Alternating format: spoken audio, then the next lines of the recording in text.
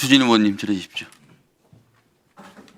공수처장님, 이 자리는 어떻게 보면 국민의 질책을 받고 공수처 업무를 발전시켜야 되는 자리지 공수처를 대변하는 자리는 아닙니다. 그래서 답변하실 때 좀 짜증스럽게 답변하는 건 저는 옳지 않다라고 생각하고요. 아까 그 와인 문제도 그렇습니다. 직원들 회식할 수 있죠. 저도 직원들 회식하고 검사도 회식했습니다. 근데 어떤 대통령을 떠나서 일반 국민이다라고 하더라도 구속영장을 청구한 날 회식하는 것은 적절하지 않습니다. 이게 만약에 적절한 행위였다면 뉴스도 안 됐겠죠. 그리고 부적절했기 때문에 그 부분을 이제 문제 삼는 것이고, 지금 공수처장님께 월급 주는 국민들 중에 특정 진영을 편드시는 건 아닐 거 아닙니까? 그 상당 부분의 국민들은 실제로 마음에 상당한 상처를 받았어요. 대통령은 구속영장 청구한 날 어찌됐든 와인을 가져가서 해서 밑에서 그런 건의가 들어왔다라고 하더라도 정무직인 공수처장이 그걸 말려야 될 판국인데 저는 부적절한 처신이었다라고 생각합니다. 좋은 말씀 주셨고요. 그리고요. 말씀드렸듯이 제가 여하튼 그런 부분을 갖다 축배로 이렇게 해석하는 것에 대해서 제가 말씀을 드렸고, 제가 여하튼 그 부하 직원들을 격려하는 자리였다. 그리고 더 일을 열심히 하고 없이 잠깐만, 그 격려라는 말이 굉장히 공수처 기관 이기주의적인 발상이 있는 거예요. 공수처 내부로 보면은 그 격려할 수 있는 것이지만 그게 외부에 어떻게 비춰질지 여부랑 그 상황이 어떠냐를 종합적으로 살펴야 된다는 얘기입니다. 그래서 제가 그런 부분 관련해서 혹시 국민의 눈높이에 맞지 않은 부분이 있으면은 제가 그런 부분은 사죄 드린다라고 말씀을 드렸습니다. 네. 그런데 저희들 저녁 잠깐만요. 먹은 걸 가지고 이렇게 여러 번 하니까 제가 좀 또 이리저리 말이 반복되다 보니까 뭐 짜증으로 들지, 저는 짜증 내는 건 없습니다. 네, 좋아요.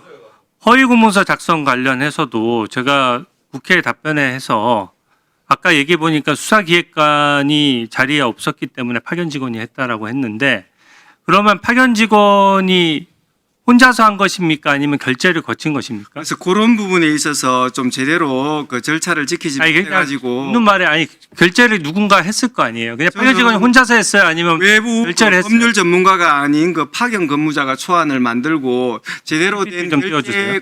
그 과정을 거치지 못해서 좀 엉성하게. 그러면 파견 직원이 혼자 했다는 얘기네요.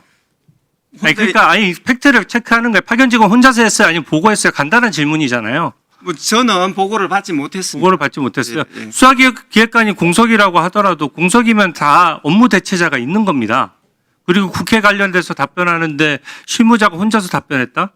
저는 그게 좀 오히려 변명이 황당하다라고 생각하고, 그 시점에는 이게 굉장히 이슈가 되던 시점이에요. 기본적으로 제가 아까 PPT 띄워놨지만 제가 2차례에 걸쳐서 똑같은 질문했고 똑같은 답변 받았고, 또 그때는 저 답변으로 인해서 압수영장, 통신영장, 특히 공수처장께서 직접 말씀하시면서 대통령에 대한 체포영장은 청구한 적 없습니다라고 자신 있게 얘기하면서 압수 통신영장에 대해서도 없다라고 서면 답변도 하고 구두로는 답변할 수 없다는 식으로 얘기를 하다 보니까 그 이슈가 잦아들었던 겁니다. 그게 그래서 의도적이라는 점을 지적을 하는 것이고요. 의원님. 제가 질문할 때 답변하세요. 네. 그리고 이 부분에 대해서도 실제 2차례나 답변을 한 측면도 있지만 더 황당한 것은 파견 직원 핑계를 댄다는 거예요. 저게 지금 질문이 복잡하지가 않거든요. 압수 통신영장도 중앙지방법원에 했느냐 하는 건데, 설사 수사기획관이 있었다고 하더라도 그 수사기획관 입장에서는 수사팀에 당연히 확인을 합니다. 그리고 수사기획관이 없으면 수사기획관 없는 자리에 대체가 하는 누군가가 와서 당연히 업무 대체를 해야죠. 공석이 있으면 그 자리에 그냥 놔둡니까? 근데 직접적인 관리 감독을 해야 될 공수처장이 그걸 하나도 놓치고 지금 말을 빙빙 돌렸지만 결과적으로 지금 팩트로 따져보면 지금 누가 결재했는지도 모른다는 거고 파견 직원 혼자서 저 답변을 해서 보냈다는 것이잖아요. 그러니까 저 답변으로 인해서 사실은 그 당시에 그 의혹들을 잘랐던 측면이 있는 것인데 그거를 파견 직원 혼자서 했다는 게 말이 되나요? 그게 무슨 변명거리가 되겠습니까? 그리고 또 하나만 더 확인할게요. 아까 관할 문제도 말씀하셨는데 그 대통령에 대한 체포영장 청구할 때는 이미 김용현 그 장관에 대해 가지고 내란 주요 업무 종사자라고 해서 그 김용현 장관이 이미 구속이 돼 있던 때고 기소가 이미 돼 있던 때예요. 두 번째 체포영장을 청구할 때는 당연히 중앙지방법원에 관련자 공범관계에 있는 사람이 한 명이 중앙지검에 지법에 기소되면 당연히 1분만 더 주세요. 네, 마무리해 주십시오. 네. 중앙지법법원에 기소가 되면 당연히 관련 관할이 생기는 겁니다. 그래서 그 시점을 묻는 거예요. 아까 12월 6일자 김영현 체포영장이나 12월 8일자 여인영 방첩사령관 영장도 똑같은 이슈가 있잖아요.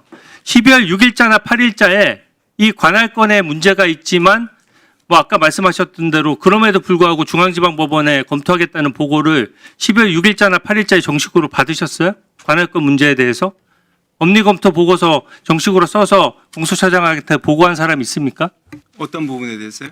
관할권 문제에 대해서 12월 6일자, 8일자에도 똑같은 문제가 있지 않습니까? 김영현 장관도 중앙지법 관할이 없고 여인영 방첩사령관도 중앙지법 관할이 없잖아요. 그거 없으면 없는 것에 대해서 누군가 법리 검토를 해서 중앙지방법원에서 이렇게 청구한다. 보고서가 작성됐을 것 같은데 그 보고서 작성된 게 있습니까? 의원님이 지적하셨듯이 김용현의 피의자의 어떤 구속, 그다음에 윤석열 대통령의 체포를 통해 가지고 그 현재지에 그 관할이 생기는 것은 맞는 것 같습니다. 그렇지만 저희들은 지금 가장 어떤 관할권이 어떤 적합한 곳을 찾았고 그런 부분 관련해 가지고 지금 범죄지가 지금 이 중앙법원 관할이 지금 아니지 않습니까? 그런 부분에 대해서 어떻게 지금 법원의 심판을 받는 입장에서 신중한 모드를 취할 수밖에 없는 것입니다. 그래서 그 의원님이 지적하셨듯이 뭐 김용현 구속을 통해서 관할권이 지금 그 지적하시는데 그런 부분은 저희들은 또 지금 또 네. 그 인식하게 됩니다. 예. 자, 장동희 의원님 질의해 주세요.